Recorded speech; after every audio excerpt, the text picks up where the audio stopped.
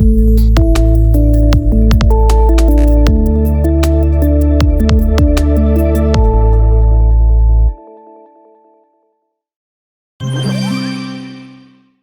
fait, le diabète, c'est l'augmentation du taux de sucre dans le sang. Lorsque ce taux-là dépasse 1,10 g par litre de sang, on va dire qu'il y a une hyperglycémie.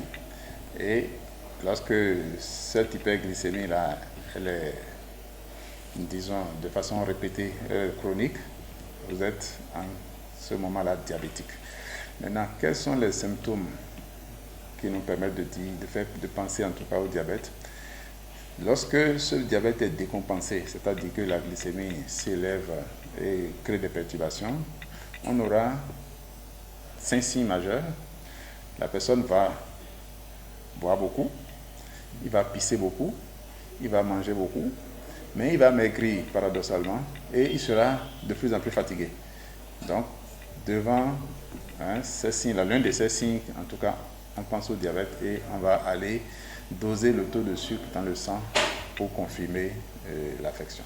La prévention, c'est vrai que les causes sont multiples et des fois, vous avez beau suivre tous les conseils qu'on va donner tout à l'heure, le diabète va quand même venir parce que ça peut être héréditaire, ça peut être dans les gènes.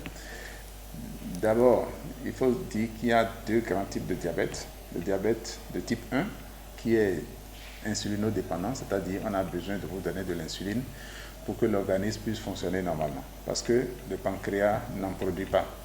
Et ça, déjà dans l'enfance, on a déjà cette anomalie-là et les enfants peuvent être déjà diabétiques, diabète de type 1. Maintenant, le diabète de type 2, c'est lui qu'on peut encore éviter parce que lui, il vient avec le régime alimentaire, avec l'inactivité physique, ainsi de suite. Et pour ça, il faut d'abord tout faire pour ne pas fatiguer son pancréas parce que tout ce que nous consommons doit être, disons, utilisé à travers, disons, le sucre que ces aliments-là produisent.